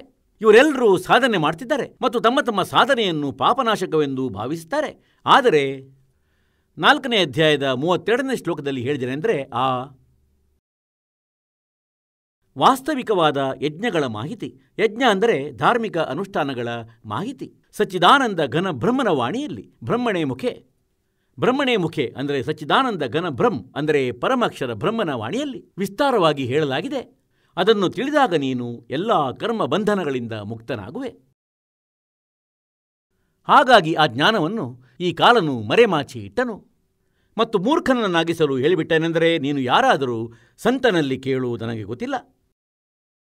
ಮತ್ತು ಯಾವಾಗ ಪರಮಾತ್ಮ ಬರುತ್ತಾರೋ ಸಂತನ ರೂಪದಲ್ಲಿ, ಆಗ ಎಲ್ಲರನ್ನು ಇವನು ಮಿಸ್ಗೈಡ್ ಮಾಡ್ತಾನೆ, ಅಂದರೆ ಇವನು ಸುಳ್ಳನು, ಕಪಟಿ, ಇವನು ವೇದಗಳನ್ನು ಅರಿತಿಲ್ಲ ಎಂದು. ಹಾಗಾಗಿ ನಾವು ಪರಮಾತ್ಮನನ್ನು ಗುರುತಿಸಲಾಗುವುದಿಲ್ಲ. ಆ ಕಾರಣದಿಂದಾಗಿ ನಾವು ಕಾಲ್ನ ಜಾಲದಲ್ಲಿ ಸಿಲುಕಿದ್ದೇವೆ. ಹಾಗೇನೆ ಇಲ್ಲಿ ಈ ಋಷಿ ಮಹರ್ಷಿಗಳು ಈ ಕಾಲನ ಮೂಲಕ ಭ್ರಮಿತ ಜ್ಞಾನದ ಆಧಾರದಿಂದ, ಲೋಕವೇದದ ಆಧಾರದಿಂದ ಹಾಗೂ ಮತ್ತು ಈ 4 ವೇದಗಳ ಆಧಾರದಿಂದ, ಅಂದರೆ ಯಾವುದರಲ್ಲಿ ಇನ್ಕಂಪ್ಲೀಟ್ ನಾಲೆಡ್ಜ್ ಇದೆ ಮತ್ತು ಅಪೂರ್ಣವಾದ ಆಧ್ಯಾತ್ಮಿಕ ಜ್ಞಾನವಿದೆ, ಆ ಜ್ಞಾನವನ್ನೇ ನಾವು ಸಂಪೂರ್ಣವೆಂದು ತಿಳಿದು ಅದೇ ಆಧಾರದಿಂದ ನಾವು ಸಾಧನೆಯನ್ನು ಮಾಡುತ್ತಾ ಬಂದೆವು. ಋಷಿಗಳು ಓಂ ನಾಮವನ್ನು ಸುಪ್ರೀಂ ಮಂತ್ರ ಎಂದು ನಂಬಿದರು, ಅಂತಿಮ ಮಂತ್ರ, ಮತ್ತಿದನ್ನು ಬ್ರಹ್ಮನ ಜಪವೆಂದು ತಿಳಿಸ್ತಿದ್ರು. ಮತ್ತೀಗ ಈ ಓಂ ನಾಮದ ಸಾಧನೆಯಿಂದ ಏನಾಗುತ್ತದೆ? ಬ್ರಹ್ಮಲೋಕದ ಪ್ರಾಪ್ತಿಯಾಗುತ್ತದೆ. ಗೀತೆಯ ಅಧ್ಯಾಯ 8ರ ಶ್ಲೋಕ 16ರಲ್ಲಿ ಹೇಳಿದೆನೆಂದರೆ, ಬ್ರಹ್ಮಲೋಕ ಪರ್ಯಂತವೂ ಎಲ್ಲ ಲೋಕಗಳು ಪುನರಾವರ್ತಿಯಲ್ಲಿವೆ ಎಂದು. ಪುನರಾವರ್ತಿ ಅಂದರೆ ಅಲ್ಲಿಗೆ ಹೋದ ಜೀವಾತ್ಮಗಳೆಲ್ಲವೂ ಸಹ ಪುನಃ ಜನನ ಮರಣದಲ್ಲಿ ಬರುತ್ತವೆ. ಅದು ಶಾಶ್ವತವಾದ ಸ್ಥಾನವಲ್ಲ, ಅದು ಸನಾತನ ಪರಮಧಾಮವಲ್ಲ, ಅದೂ ಸಹ ವಿನಾಶಕ್ಕೆ ಒಳಗಾಗುತ್ತದೆ. ಋಷಿ ಮಹರ್ಷಿಗಳು ಓಂ ನಾಮವನ್ನು ಜಪಿಸಲು ಶುರು ಮಾಡಿದರು. ಏಕೆಂದರೆ ಯಜುರ್ವೇದ ಅಧ್ಯಾಯ 40ರ ಮಂತ್ರ 15ರಲ್ಲಿ ಸ್ಪಷ್ಟಪಡಿಸಿದೇನೆಂದರೆ, ವಾಯು ಅನಿಲಂ ಅಮೃತಂ ಅಥಿದಂ ಭಸ್ಮಾಂತಂ ಶರೀರಂ ಓಂ ಕೃತೋಸ್ಮರ್ ಕ್ಲಿಬೇಸ್ಮರ್ ಕೃತ್ಯುಂ ಸ್ಮರ್. ಈಗ ಈ ಋಷಿ ಮಹರ್ಷಿಗಳು ಇಲ್ಲಿಂದ ಓಂ ನಾಮವನ್ನಂತೂ ಸಿಲೆಕ್ಟ್ ಮಾಡಿಕೊಂಡ್ರು. ಅಂದರೆ ಪರಮಾತ್ಮನದು ಕೇವಲ ಒಂದು ಓಂ ಮಂತ್ರವಿದೆ ಎಂದು, ಮತ್ತದನ್ನು ಕೆಲಸ ಮಾಡುತ್ತಾ ವಿಶೇಷವಾದ ಆಸಕ್ತಿಯಿಂದ ಮನುಷ್ಯ ಜೀವನದ ಪ್ರಥಮ ಕರ್ತವ್ಯವನ್ನು ತಿಳಿದು ಓಂ ನಾಮದ ಜಪ ಮಾಡಿ ಅಂದರು. ಮತ್ತು ತಮ್ಮ ಮೂಲ ಕರ್ತವ್ಯವೆಂದು ತಿಳಿದು ಮಾಡಿರಿ, ಆಸಕ್ತಿಯಿಂದ ಮಾಡಿರಿ. ಇದರಿಂದ ಏನಾಗ್ತದಂದರೆ, ಯಾವಾಗ ಶರೀರ ಬಿಟ್ಟು ಹೋಗುವುದು, ಯಾವಾಗ ನಿಮ್ಮ ಅಂತ್ಯವಾಗುವುದೋ, ಭಸ್ಮಾಂತಂ ಶರೀರಂ, ಶರೀರ ಭಸ್ಮವಾಗುವುದೋ, ನಿನ್ನ ಶರೀರದ ಅಂತ್ಯವಾಗುವುದೋ, ದೇಹಾಂತ್ಯವಾಗುವುದೋ, ಆ ಸಮಯ ನೀನು ಅದರಿಂದ ಆ ಅಮರತ್ವವನ್ನು ಪಡೆಯುವೆ. ಯಾವುದು ಓಂ ನಾಮದ ಜಪದಿಂದ ಪ್ರಾಪ್ತ ಆಗಬಹುದಾಗಿದೆ. ಎಷ್ಟರ ಮಟ್ಟಿಗೆ ಅಮರತ್ವ ಎಂದರೆ ಅದು ಅವನ ಭಕ್ತಿ ಮತ್ತು ಸಾಧನೆಯ ಮೇಲೆ ಡಿಪೆಂಡ್ ಆಗಿರ್ತದೆ. ಮತ್ತದರ ಆಧಾರದಿಂದ ಅವನು ಬಹುಶಃ ಒಂದು ಕಲ್ಪಯುಗದವರೆಗೂ ಇರಬಹುದು, ಇನ್ನೂ ಮುಂದುವರಿದು ಅವನು ಒಂದು ಮಹಾಕಲ್ಪದವರೆಗೂ ಇರಬಹುದು. ಮಹಾಕಲ್ಪ ಅಂದರೆ ಬ್ರಹ್ಮನ ಒಂದು ಆಯುಷ್ಯ. ಬ್ರಹ್ಮನ ಮೃತ್ಯುವನ್ನು ಮಹಾಕಲ್ಪ ಅನ್ನುತ್ತಾರೆ. ಮತ್ತವನ 1,000 ಹಗಲು ಮತ್ತು 1,000 ರಾತ್ರಿಯ ಅವಧಿಯನ್ನು ಕಲ್ಪ ಅನ್ನುತ್ತಾರೆ. 1,000 ಚತುರ್ಯುಗದ ಅಷ್ಟು ಹಗಲು ಮತ್ತು ಅಷ್ಟೇ ರಾತ್ರಿಗಳನ್ನು ಹೀಗೆ ಒಂದು ಕಲ್ಪ ಎನ್ನುತ್ತಾರೆ. ಮತ್ತು ಬ್ರಹ್ಮನ ಆಯುಷ್ಯವನ್ನು ಒಂದು ಮಹಾಕಲ್ಪ ಎನ್ನುತ್ತಾರೆ. ಹಾಗಾಗಿ ಅಲ್ಲಿ ಯಾರು ಎಷ್ಟು ಸಾಧನೆಯನ್ನು ಮಾಡಿದ್ದಾರೋ, ಓಂ ನಾಮದ ಜಪವನ್ನು ಯಾರು ಅಧಿಕ ಅಥವಾ ಕಡಿಮೆ ಮಾಡಿದ್ದಾರೋ, ಅದೇ ಆಧಾರದಿಂದ ಅವರು ಯಾರು ಅಧಿಕ ಹಾಗೂ ಕಡಿಮೆ ವರ್ಷಗಳವರೆಗೆ ಇರುತ್ತಾರೆ ಮತ್ತೆ ಪುನರ್ಜನ್ಮದಲ್ಲಿ ಅವಶ್ಯ ಬರುತ್ತಾರೆ. ಹಾಗಾಗಿ ಋಷಿಮುನಿಗಳು ಯಜುರ್ವೇದದ 40ನೇ ಅಧ್ಯಾಯದ 15ನೇ ಮಂತ್ರದಿಂದ ಇದನ್ನಂತೂ ಆರಿಸಿಕೊಂಡರು, ಓಂ ನಾಮವೇ ಫೈನಲ್ ಎಂದು. ಆದರೆ ಅವರ ಕಣ್ಣುಗಳೇನು ಮುಚ್ಚಿಕೊಂಡಿದ್ದವೆ? 40ನೇ ಅಧ್ಯಾಯದಲ್ಲಿಯೇ, ಅಂದರೆ ಯಜುರ್ವೇದ ಅಧ್ಯಾಯ ಸಂಖ್ಯೆ 40ರ ಮಂತ್ರ ಸಂಖ್ಯೆ 10 ಮತ್ತು 13ರಲ್ಲಿ ಒಂದು ಸ್ಪೆಷಲ್ ಇನ್ಸ್ಟ್ರಕ್ಷನ್ ಕೊಟ್ಟಿದ್ದಾನೆ ವೇದಜ್ಞಾನದಾತನು. ಏನೆಂದರೆ, ಯಾರೋ ಪರಮಾತ್ಮನನ್ನು ಸಂಭವ ಅಂದರೆ ಜನ್ಮ, ಉತ್ಪನ್ನವಾಗುವವನು ಅಂತಾರೆ. ಹೇಗೆಂದರೆ ಶ್ರೀರಾಮ, ಶ್ರೀಕೃಷ್ಣ ಮತ್ತು ಶ್ರೀ ಪರಶುರಾಮ ಮುಂತಾದವರ ರೂಪದಲ್ಲಿ. ಮತ್ತು ಯಾರೋ ಅಸಂಭವಾತ್ ಅಂದರೆ ಅವನು ಜನ್ಮ ಪಡೆಯುವುದಿಲ್ಲ ಎಂದು ಹೇಳುತ್ತಾರೆ. ಒಬ್ಬರು ಸಂಭವಾತ್ ಎನ್ನುತ್ತಾರೆ, ಇನ್ನೊಬ್ಬರು ಅಸಂಭವಾತ್ ಎನ್ನುತ್ತಾರೆ. ಆದರೆ ಇದರ ಕುರಿತು ವಿಶೇಷ ಮಾಹಿತಿ, ವಾಸ್ತವಿಕ ಮಾಹಿತಿಯನ್ನು ಆ ಧೀರಾಣಾಂ ಅಂದರೆ ತತ್ವದರ್ಶಿ ಸಂತ, ಅವನ ಜ್ಞಾನವು ಸತ್ಯವಾಗಿದೆ, ಧೀರಪುರುಷನು ಮಾತ್ರ ಹೇಳಬಹುದು, ಅವನಲ್ಲಿ ಕೇಳು. ಇದರಿಂದ ಸಾಬೀತಾಗುವುದೇನೆಂದರೆ ವೇದಜ್ಞಾನವೂ ಕೂಡ ಇನ್ಕಂಪ್ಲೀಟ್ ಆಗಿದೆ. ಆದರೆ ತಪ್ಪಂತೂ ಅಲ್ಲ, ಇದು ಸಿಲೆಬಸ್ ಆಗಿದೆ. ಹೇಗೆಂದರೆ 10ನೇ ತರಗತಿಯವರೆಗಿನ ಸಿಲೆಬಸ್ ಇದ್ದಂತೆ. ಮುಂದಿನ ಶಿಕ್ಷಣ ಪಡೆಯಬೇಕೆಂದರೆ ಅದರ ಲೆಕ್ಚರರ್ ಬೇರೆ ಇರುತ್ತಾರೆ, ಅವರ ಸಿಲೆಬಸ್ ಕೂಡ ಭಿನ್ನವಾಗಿರುತ್ತದೆ. ಈ ರೀತಿ ಆ ತತ್ವದರ್ಶಿ ಸಂತನ ಹುಡುಕಾಟ ಮಾಡಬೇಕೆಂದು ವೇದಗಳಲ್ಲಿ ಸಹ ಹೇಳಿದೆ. ಮತ್ತು ಈ 4 ವೇದಗಳ ಸಾರಾಂಶವಾಗಿದೆ ಶ್ರೀಮದ್ ಭಗವದ್ಗೀತೆ. ಮತ್ತು ಇದರ ಅಧ್ಯಾಯ 4ರ ಶ್ಲೋಕ 34ರಲ್ಲಿ ಹೇಳಿದ್ದಾನೆ, ಆ ತತ್ವಜ್ಞಾನದ ವಿಷಯದಲ್ಲಿ ತಾನು ಅಪರಿಚಿತನು ಗೀತೆ ಜ್ಞಾನದಾತನು ಹೇಳುತ್ತಾನೆ. ಇದರ ವಿಷಯದಲ್ಲಿ 4ನೇ ಅಧ್ಯಾಯದ 32ನೇ ಶ್ಲೋಕದಲ್ಲಿ ಹೇಳಿದೇನೆಂದರೆ, ಆ ಸಚ್ಚಿದಾನಂದ ಘನ ಬ್ರಹ್ಮನ ವಾಣಿಯಲ್ಲಿ, ಅಂದರೆ ಬ್ರಹ್ಮನ ಮುಖೆ, ಅದು ಪರಮೇಶ್ವರನ ವಾಣಿಯಾಗಿದೆ, ಅವನ ಮುಖಾರವಿಂದದಿಂದ ಉಚ್ಚಾರಿತವಾಗಿದೆ. ಅದರಲ್ಲೇನು ಜ್ಞಾನವಿದೆ ಆ ಕಬೀರವಾಣಿಯಲ್ಲಿ, ಅದು ತತ್ವಜ್ಞಾನವಾಗಿದೆ. ಆ ಜ್ಞಾನವನ್ನು ನೀನು 4ನೇ ಅಧ್ಯಾಯದ 34ನೇ ಶ್ಲೋಕದಲ್ಲಿ ಹೇಳಿದ್ದಾನೆ, ತತ್ವದರ್ಶಿ ಸಂತರ ಬಳಿ ಹೋಗಿ ತಿಳಿದುಕೋ, ಅವರಿಗೆ ದೀರ್ಘದಂಡ ಪ್ರಣಾಮ ಮಾಡುವುದರಿಂದ, ಕಪಟತನವನ್ನು ಬಿಟ್ಟು ಮತ್ತು ಸರಳತೆಯಿಂದ ಪ್ರಶ್ನೆ ಮಾಡುವುದರಿಂದ ಆ ತತ್ವದರ್ಶಿ ಸಂತ ನಿನಗೆ ಪರಮಾತ್ಮ ತತ್ವದ ಜ್ಞಾನ ಮಾಡಿಸುತ್ತಾರೆ. ಆ ಪರಮಾತ್ಮ ತತ್ವವು ಗೀತೆ ಜ್ಞಾನಕ್ಕಿಂತ ಭಿನ್ನವಾಗಿದೆ. ಅದರಿಂದ ಇವನು ಸ್ವತಃ ಅಪರಿಚಿತನು. ಹಾಗಾಗಿ ಪುಣ್ಯಾತ್ಮರೇ, ಆ ಪರಮಾತ್ಮನ ಭಕ್ತಿಯು ಪ್ರಾಪ್ತವಾಗಲಿಲ್ಲ ಈ ಋಷಿ ಮುನಿಗಳಿಗೆ, ಮತ್ತಿವರಿಗೆ ವೇದಜ್ಞಾನವನ್ನು ಅರಿಯಲಾಗಲಿಲ್ಲ.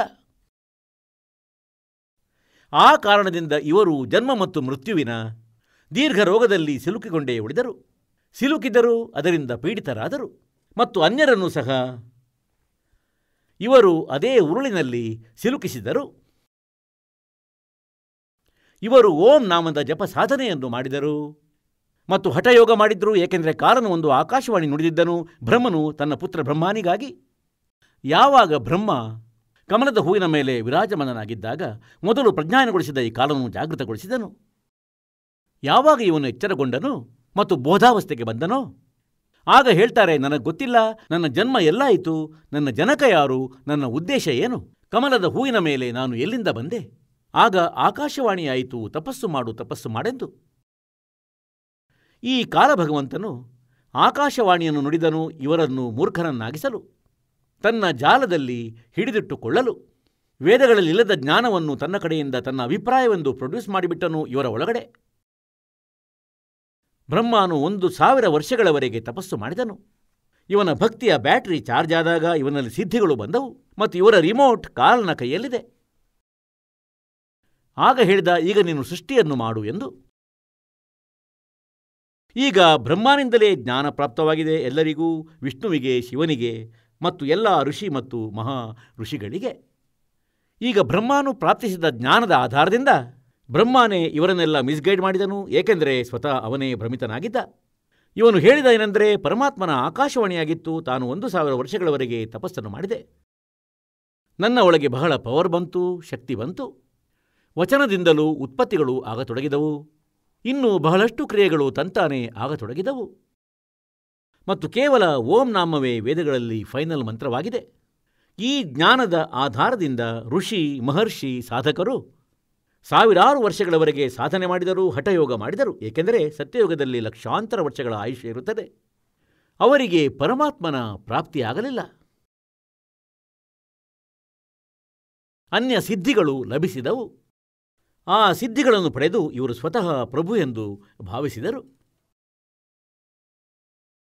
ಈಗ ಹೇಗೆಂದರೆ, ದೂರ್ವಾಸರ ಬಳಿ ಸಿದ್ಧಿ ಇತ್ತು, ಅವರ ವಚನದಲ್ಲಿ ಎಷ್ಟು ಶಕ್ತಿ ಇತ್ತೆಂದರೆ, ಯಾರಿಗಾದರೂ ನಿನ್ನ ನಾಶವಾಗಲೆಂದು ಹೇಳಿದರೆ ಅವರ ನಾಶವಾಗುತ್ತಿತ್ತು. ಅಂತೆಯೇ ಅಗಸ್ತ್ಯ ಋಷಿಗೂ ಸಿದ್ಧಿ ಲಭಿಸಿತು. ಅವರು 7 ಸಾಗರಗಳನ್ನು ಒಂದೇ ಗುಟುಕಿನಲ್ಲಿ ಕುಡಿದು ಬಿಟ್ಟರು. ಆಕಾಶದಲ್ಲಿ ಹಾರಾಡುವಂಥ ಸಿದ್ಧಿಗಳು ಬಂದವು. ಇದ್ದಕ್ಕಿದ್ದಂತೆ ಅಂತರ್ಧಾನನಾಗುವ ಸಿದ್ಧಿಗಳು ಬಂದವು. ಈ ಪ್ರಕಾರವಾಗಿ ಇವರು ಅನ್ಯ ವ್ಯಕ್ತಿಗಳಿಗಿಂತ ಸ್ವಲ್ಪ ಭಿನ್ನವಾಗಿ ಇದ್ದವರು. ಹೀಗಾಗಿ ಇವರನ್ನು ನಾವು ಮಹರ್ಷಿ ಎಂದು ನಂಬಿದೆವು. ಆದರೆ ಇವರು ಕಾಲನ ಮೂಲಕ ಭ್ರಮಿತಗೊಂಡು ಮತ್ತು ತಮ್ಮ ಜೀವನವನ್ನು ಹಾಳು ಮಾಡಿಕೊಂಡರು. ಈಗ ಗೀತೆಯ ಅಧ್ಯಾಯ 11ರ ಶ್ಲೋಕ 47 ಮತ್ತು 48ರಲ್ಲಿ ಗೀತೆಯ ಜ್ಞಾನದಾತ ಹೇಳ್ತಾನೆ, ಅರ್ಜುನ, ಇದು ನನ್ನ ವಾಸ್ತವಿಕ ರೂಪವಾಗಿದೆ. ನಾನು ಕಾಲನು 11ನೇ ಅಧ್ಯಾಯದ 32ನೇ ಶ್ಲೋಕದಲ್ಲಿ ಸ್ಪಷ್ಟವಾಗಿ ಹೇಳುತ್ತಾನೆ. ಮತ್ತು ನನ್ನ ಪ್ರಾಪ್ತಿ, ನನ್ನ ಈ ಸ್ವರೂಪದ ದರ್ಶನವನ್ನು ಯಾರೂ ಈ ಮೊದಲು ಮಾಡಲಿಲ್ಲ, ನಿನ್ನ ಹೊರತು ಮತ್ತು ಮುಂದೆಯೂ ಯಾರು ಮಾಡಲು ಸಾಧ್ಯವಿಲ್ಲ. ಈಗ ನಾನು ನನ್ನ ಕೃಪೆಯಿಂದ ನಿನಗೆ ನನ್ನ ಈ ಎಲ್ಲ ಶರೀರ, ನನ್ನ ರೂಪ ತೋರಿಸಿರುವೆ ಮತ್ತು ನನ್ನ ಪ್ರಾಪ್ತಿ ಅಂದರೆ ನನ್ನ ಈ ರೂಪದ ದರ್ಶನ, ಬ್ರಹ್ಮನ ಪ್ರಾಪ್ತಿ ವೇದಗಳ ವರ್ಣಿತ ವಿಧಿಗಳಿಂದ, ಯಾವುದೇ ಜಪದಿಂದ, ತಪದಿಂದ, ಯಾವುದೇ ಕ್ರಿಯೆಗಳಿಂದ ಎಂದಿಗೂ ಸಾಧ್ಯವಿಲ್ಲ ಎಂದು ಹೇಳಿ ಸರಿದು ಬಿಟ್ಟ. ಸ್ಪಷ್ಟಗೊಳಿಸಿಬಿಟ್ಟಿದ್ದಾನೆ, ನನ್ನ ಪ್ರಾಪ್ತಿ ಅಂದರೆ ಬ್ರಹ್ಮನ ಪ್ರಾಪ್ತಿ ಸಾಧ್ಯವಿಲ್ಲ. ಈಗ ಋಷಿ ಮಹರ್ಷಿಗಳು ಅದನ್ನೇ ಜಪಿಸಿದರು, ಕಾಲನು ಕೊಟ್ಟ ನಾಮವನ್ನು. ಹಾಗಾಗಿ ಇವರಿಗೆ ಬ್ರಹ್ಮಪ್ರಾಪ್ತಿ ಸಾಧ್ಯವಾಗಲಿಲ್ಲ. ಇವರು ತಮ್ಮ ಅನುಭವದ ಪುಸ್ತಕಗಳನ್ನು ಉಪನಿಷತ್ ಮಾಡಿಬಿಟ್ರು. ಪರಮಾತ್ಮ ನಿರಾಕಾರನೆಂದರು ಮತ್ತು ಯಾರಾದರೂ ಪರಮಾತ್ಮ ಸಾಕಾರನೆಂದು ಹೇಳಲು ಪ್ರಯತ್ನಿಸಿದರೂ ಆಗ ಹೇಳಿದ್ರೇನೆಂದರೆ, ಏನೆಲ್ಲ ನಿಮಗೆ ದೃಷ್ಟಿಗೆ ಗೋಚರವಾಗಿದೆ, ಈ ಭೂಮಿ, ಪರ್ವತ, ಸೂರ್ಯ, ಚಂದ್ರ, ತಾರೆಗಳು, ಗ್ರಹಗಳು ಇವು ಪರಮಾತ್ಮನ ಸಾಕಾರ ರೂಪವೆಂದು ತಿಳಿಸಿದರು. ಇಂದಿನವರೆಗೂ ಇದೇ ಅಜ್ಞಾನದ ಆಧಾರದ ಮೇಲಿನ ಜ್ಞಾನವು ಎಲ್ಲರಲ್ಲಿ ತುಂಬಿತ್ತು. ಈಗ ಪುಣ್ಯಾತ್ಮರೇ, ಗೀತೆ ಜ್ಞಾನದಾತ ಮತ್ತು ವೇದ ಜ್ಞಾನದಾತ ಈ ಬ್ರಹ್ಮ ಆಗಿದ್ದಾನೆ. ಇವನು ಸ್ವತಃ ಹೇಳುತ್ತಾನೆ, ಆ ಪರಮಾತ್ಮ ತತ್ವದ ಮಾಹಿತಿಯನ್ನಂತೂ ತತ್ವದರ್ಶಿ ಸಂತ ಹೇಳುವರು. ಆದರೆ ಆ ಸಂತ ಇವರಿಗೆ ಸಿಗಲಿಲ್ಲ. ಸಿಕ್ಕಲಿಲ್ಲ ಮಾತ್ರವಲ್ಲ, ಸಿಕ್ಕಿದ್ರೂ ಇವರು ಒಪ್ಪಲಿಲ್ಲ. ಏಕೆಂದರೆ ಪರಮೇಶ್ವರ ಕಬೀರ ದೇವರೇ ನಮ್ಮೆಲ್ಲರ ಮಾಲೀಕರು ಮತ್ತು ಅವರೇ ಇಲ್ಲಿ ನಮಗೆ ಈ ಯಥಾರ್ಥ ಜ್ಞಾನವನ್ನು, ಸೂಕ್ಷ್ಮ ವೇದವನ್ನು ಕೊಟ್ಟರು. ಯಾವುದನ್ನು ಕಾಲನು ನಷ್ಟ ಮಾಡಿಬಿಟ್ಟ, ಸಮಾಪ್ತ ಮಾಡಿದ್ದನು, ಅದನ್ನು ಪುನಃ ಕೊಡಲು ಹೇಳಲು ಬರುತ್ತಾರೆ. ಅಂದರೆ ನೀವು ಯಾರು, ಎಲ್ಲಿಂದ ಬಂದಿರುವಿರಿ, ನೀವು ಇಲ್ಲಿ ಏಕೆ ಬದುಕುತ್ತಿರುವಿರಿ, ಒಂದು ಕ್ಷಣದಲ್ಲಿ ಗೊತ್ತಿಲ್ಲ ಯಾರದು ಮೃತ್ಯು ಆಗುವುದೋ. ಮತ್ತು ನಿಮ್ಮನ್ನು ಮೂರ್ಖರನ್ನಾಗಿಸಿಟ್ಟಿದ್ದಾರೆ. ಇದು ನಿಮ್ಮ ಕಾರು, ಇದು ನಿಮ್ಮ ಬಂಗಲೆ, ಇದು ನಿಮ್ಮ ಸಂಪತ್ತು ಆಗಿದೆ ಎಂದು. ಒಂದು ವೇಳೆ ಇಂಥ ಯೋಚನೆ ಮನೆ ಮಾಡದಿದ್ದರೆ ಈ ಮನಸ್ಸು ಎಲ್ಲರನ್ನೂ ಹೆದರಿಸಿ ಇಡ್ತದೆ, ಈ ಆತ್ಮವನ್ನು ಭಯದಲ್ಲಿಡ್ತದೆ. ಅಂದರೆ ನಿನ್ನ ನಾಶವಾಗುವುದು, ನೀನು ಹೀಗೆ ಮಾಡದಿದ್ದರೆ ಹಾಗಾಗುತ್ತದೆ, ಹೀಗಾಗುತ್ತದೆ ಎಂದು. ಸತ್ಸಂಗಕ್ಕೆ ಹೋದರೆ ತೊಂದರೆಗಳಾಗಿ ನಷ್ಟವಾಗುತ್ತವೆ ಮತ್ತು ಆ ನಷ್ಟ ಒಂದು ದಿನ ಖಂಡಿತವಾಗುವುದು. ಒಂದೊಮ್ಮೆ ಭಗವಂತನಿಂದ ದೂರವಿದ್ದರೆ ಮೃತ್ಯು ಆಗುವುದು ಮತ್ತು ಅವನು ಯಾವ ಲಾಭಕ್ಕಾಗಿ ಇಡೀ ಜೀವನ ಜೀವಿಸಿದನೋ ಅದು ಪರ್ಮನೆಂಟ್ ಆಗಿ ನಾಶವಾಗುವುದು. ಹಾಗಾಗಿ ಈ ಮಾತುಗಳನ್ನು ನಾವು ಬಹಳ ಆಳವಾಗಿ ಯೋಚಿಸಬೇಕಾಗಿದೆ.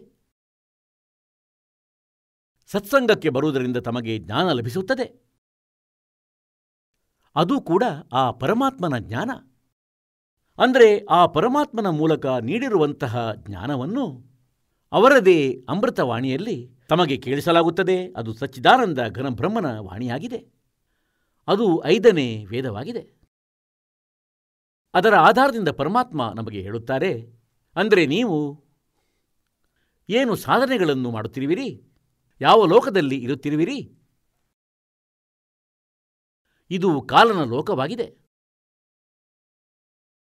ಮತ್ತು ಇಲ್ಲಿ ಯಾವ ಪ್ರಾಣಿಯೂ ಸುಖಿಯಾಗಿಲ್ಲ. ಪರಮಾತ್ಮ ಸ್ವತಃ ಬಂದಿದ್ದರು. ಕಬೀರ ದೇವರು 4 ಯುಗಗಳಲ್ಲಿ ಬರುತ್ತಾರೆ. ಸತ್ಯಯುಗದಲ್ಲಿ ಸತ್ ಸುಕೃತ್ ಹೆಸರಿನಿಂದ ಪ್ರಸಿದ್ಧರಾಗುತ್ತಾರೆ ಮತ್ತು ಇಡೀ ಸತ್ಯಯುಗದಲ್ಲಿ ಸತ್ ಸುಕೃತ್ ಹೆಸರಿನ ಋಷಿ ಮಹಾಪುರುಷರೆಂದು ಕರೆಯಲ್ಪಡುತ್ತಾರೆ. ತ್ರೇತಾಯುಗದಲ್ಲಿ ಮುನೀಂದ್ರ ಎಂಬ ಹೆಸರಿನಿಂದ ಅವರು ಪ್ರಸಿದ್ಧರಾಗುತ್ತಾರೆ. ದ್ವಾಪರದಲ್ಲಿ ಕರುಣಾಮಯ ಎಂಬ ಹೆಸರಿನಿಂದ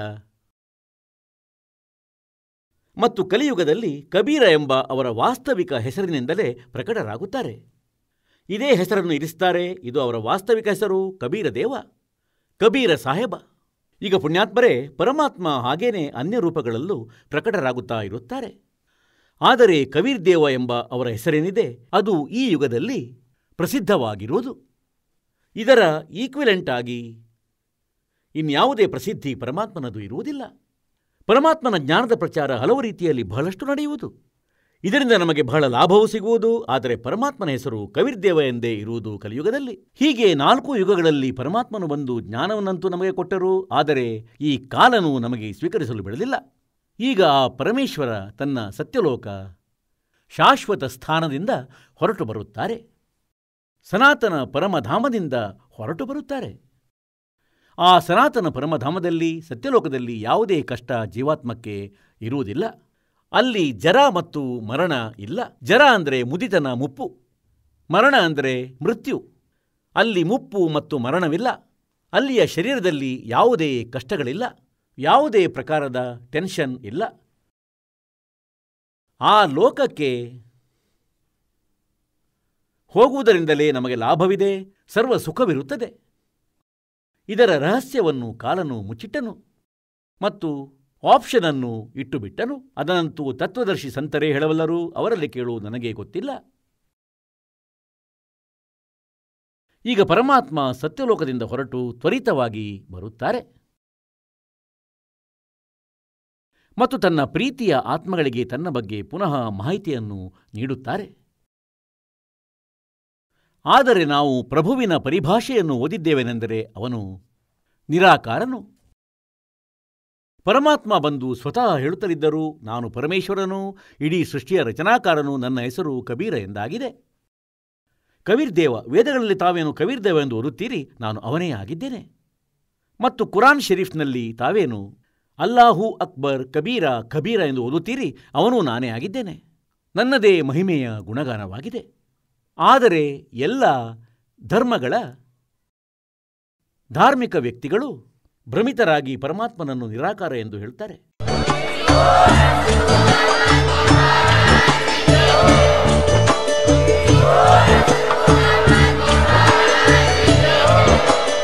ನೀವು ಕೇಳಿದ್ದೀರಿ ಜಗದ್ಗುರು ತತ್ವದರ್ಶಿ ಸಂತ ರಾಮ್ಪಾಲ್ ಮಹಾರಾಜರ ಮಂಗಳ ಪ್ರವಚನ. ಹೆಚ್ಚಿನ ಮಾಹಿತಿಗಾಗಿ ವಿಸಿಟ್ ಮಾಡಿ ನಮ್ಮ ವೆಬ್ಸೈಟ್ www.jagadguru-rampalji.org. ಸಂತ ರಾಮ್ಪಾಲ್ ಮಹಾರಾಜರ ಶುಭ ಆಶೀರ್ವಾದದಿಂದ ಇಡೀ ವಿಶ್ವದಲ್ಲಿ 500ಕ್ಕೂ ಹೆಚ್ಚು ನಾಮದೀಕ್ಷಾ ಕೇಂದ್ರಗಳಿವೆ. ಇದರಲ್ಲಿ ಸಂತ ರಾಮ್ಪಾಲ್ ಮಹಾರಾಜರಿಂದ ನಿಶುಲ್ಕವಾಗಿ ಆನ್ಲೈನ್ ನಾಮದೀಕ್ಷೆ ಕೊಡಲಾಗುತ್ತಿದೆ. ತಮ್ಮ ಹತ್ತಿರದ ನಾಮದೀಕ್ಷಾ ಕೇಂದ್ರದ ಮಾಹಿತಿಗಾಗಿ ಸಂಪರ್ಕಿಸಿ 888 444 7302